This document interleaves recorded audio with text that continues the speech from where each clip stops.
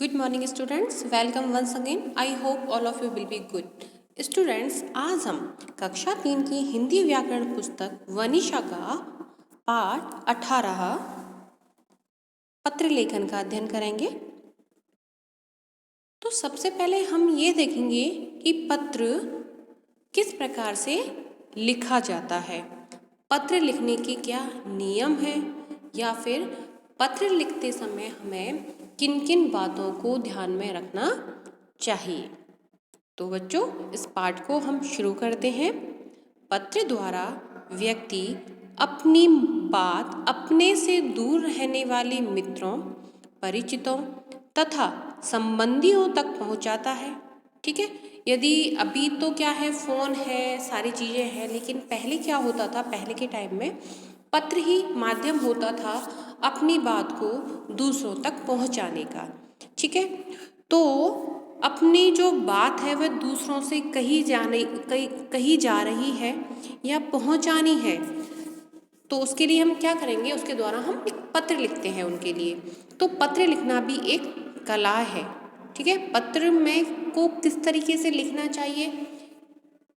ठीक है, तो पत्र के निम्नलिखित भाग होते हैं कि पत्र लिखते टाइम सबसे पहले हमें क्या लिखना है, उसके बाद क्या लिखना, और उसके बाद में हमें क्या लिखना है। तो कुछ ऐसी बातें हैं जो हमें पत्र लिखते समय याद रखनी चाहिए। तो सबसे पहला पॉइंट है भेजने वाले का पता एवं दिनांक। कि सबसे पहले जब हम पत्र लिखेंगे तो क्या लिखेंगे, भेजने वाले का पता एवं दिनांक लिखेंगे। उसके बाद उचित संबोधन करेंगे, जैसे प्रिय, आदरणीय आदि चीज़ें। ठीक है, फिर है पत्र भेजने वाले की बात तथा मुख्य समाचार। अब जो पत्र भेज रहा है, ठीक है, उसकी बात को लिखेंगे कि वो क्या बताना चाह रहा है, क्या कहना चाह रहा है, या वो क्या समाचार भिजवाना चाह रहा है।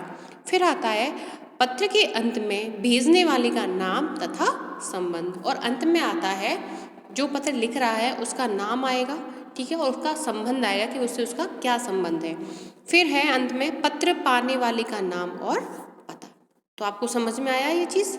और जो पत्र होते हैं वो दो प्रकार के होते हैं। एक होता है प्रार्थना पत्र, जो कि स्कूल, कार्यालय आदि में प्रयुक्त होता है, और एक होता है साधारण पत्र, जहां हम किसी को अपनी सूचना पहुंचाना चाह रहे हैं। तो दोनों के अलग अलग नमूने आपकी पुस्तक में दिए गए हैं, तो हम उनको देखते हैं। सबसे पहले जैसे कि बताया कि भेजने वाले का पता होता है, फिर दिनांक होती है, फिर संबोधन होता है, फिर उसके बाद अभिवादन कर रहे हैं हम किसी का, और सारी बातें लिखना शुरू करते हैं कि हम मुख्य समाचार क्या है, वो क्या बताना चाह रहा है। और उसके बाद है फिर भेजने वाले का नाम और पता और संबंध, जो जिसको हम भेज रहे हैं उसका नाम और जो भेजने वाला है, जो पत्र लिख रहा है, उसका संबंध और नाम आता है। ठीक है, अब है फिर लिफाफे पर जिसको हम भेज रहे हैं उसका पता आएगा, पता यानी कि एड्रेस आएगा कि किसको हम भेज रहे हैं, तो उसका फुल एड्रेस आ जाता है। ठीक है बच्चों, अब आपकी पुस्तक में कुछ नमूने दिए गए हैं। एक प्रार्थना पत्र का है, एक साधारण पत्र का है।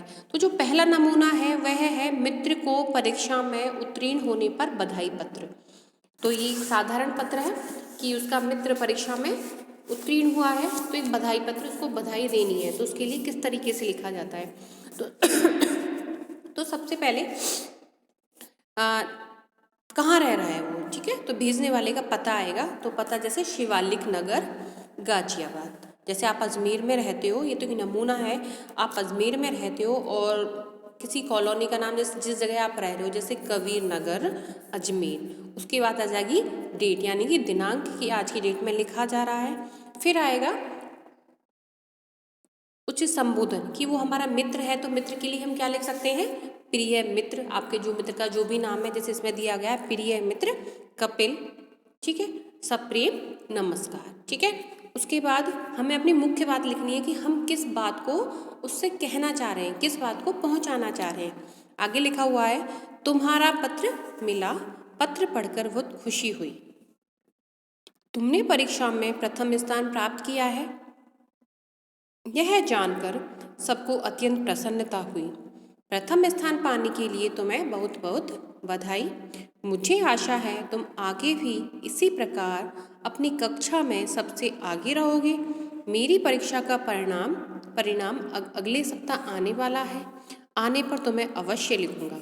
परिवार में सभी बड़ों को मेरा प्रणाम व छोटों को प्यार। अंत में आ गया तुम्हारा प्रिय मित्र राहुल। तो अंत में भेजने वाले ने अपना नाम लिखा और उसे संबंध बताया। उसका नाम है और वो क्या है, उसका मित्र है। ठीक है, तो समझ में आया कि बधाई पत्र किस तरीके से लिखा जाता है। कि सबसे पहले पता और दिनांक आएगा, फिर संबोधन कि हम किसको लिख रहे हैं। यदि किसी बड़े को लिख, दादाजी को, चाचा जी को, किसी को भी लिखा जाता तो वहाँ पे आता आदरणीय। ठीक है, तो मित्र को लिखा है वो हमारा हम उम्र है तो हम उसको लिखेंगे प्रिय। उसके बाद फिर मेन बात आती है कि हम किस चीज़ के बारे में पत्र लिख रहे हैं, तो वो सारी चीज़ें आ जाएंगी। और अंत में आता है भेजने वाले का नाम और उसका संबंध कि उससे क्या संबंध है उसका। ठीक है, और लिफाफे, जब हम पत्र को भेजें तो लिफाफे में रख कर ही भेजेंगे, तो उस पर जिसको भेज रहे हैं उसका पूरा पता आएगा। तो ये हो गया बधाई पत्र। अब हम देखेंगे बीमारी पर अवकाश हेतु प्रार्थना पत्र।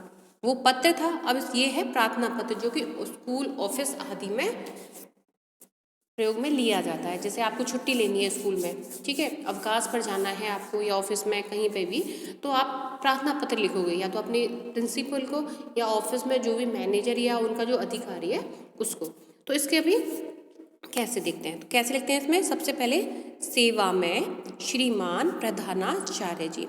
अब बीमारी पर अवकाश है तो स्कूल में ही है, हम स्कूल को मान के चलते कि स्कूल में हैं, हम पढ़ते हैं और हम बीमार हो गए तो हमें उसके लिए अवकाश चाहिए, तो किस तरीके से लिखेंगे। तो सेवा में श्रीमान प्रधानाचार्य जी, फिर स्कूल का नाम DPS स्कूल मुराबाद, कोई सा भी आपका जहाँ का एड्रेस है वो लिख सकते हो। महोदय, संबोधन करेंगे महोदय, फिर बात को लिखेंगे सविनय निवेदन यह है कि मुझे कल रात से बुखार हो गया है, इसलिए मैं विद्यालय में उपस्थित होने में असमर्थ हूँ। अपनी बात को लिखना है कि मैं कल से बीमार हूँ और मैं विद्यालय में नहीं आ सकता। तो अतः मुझे दिनांक, जिस दिनांक से आपको छुट्टी चाहिए, अवकाश चाहिए और जब तक चाहिए, उन दोनों डेट को उसमें मेंशन करना है।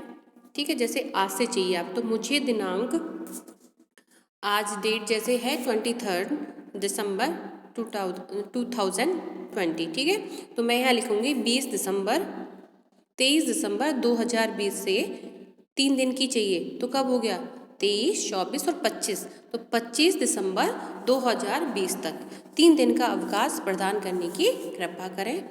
आपका आज्ञाकारी शिवम, कक्षा 3। तो देखा ना आपने किस तरीके से लिखना है। सबसे पहले हम संबोधन करेंगे, फिर एड्रेस आ गया स्कूल का। ठीक है, उसके बाद हम संबोधन करेंगे उनको कि हम किस तरीके से अपने प्रार्थना पत्र की शुरुआत करते हैं। तो महोदय, सविनय निवेदन ये है कि मुझे कल रात से बुखार हो गया है, इसलिए मैं विद्यालय आने में उपस्थित होने में या विद्यालय आने में असमर्थ हूँ। अतः आप मुझे दिनांक करना, जितने दिन की आपकी छुट्टी चाहिए तक 3 दिन का अवकाश देने की कृपा करें।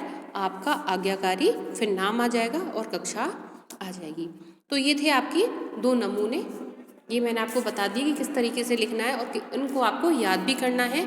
और इन दोनों पत्रों को, जो पत्र है, बधाई पत्र है और जो प्रार्थना पत्र है, इन दोनों पत्रों को अपनी गृह कार्य कॉपी में भी करना है। धन्यवाद।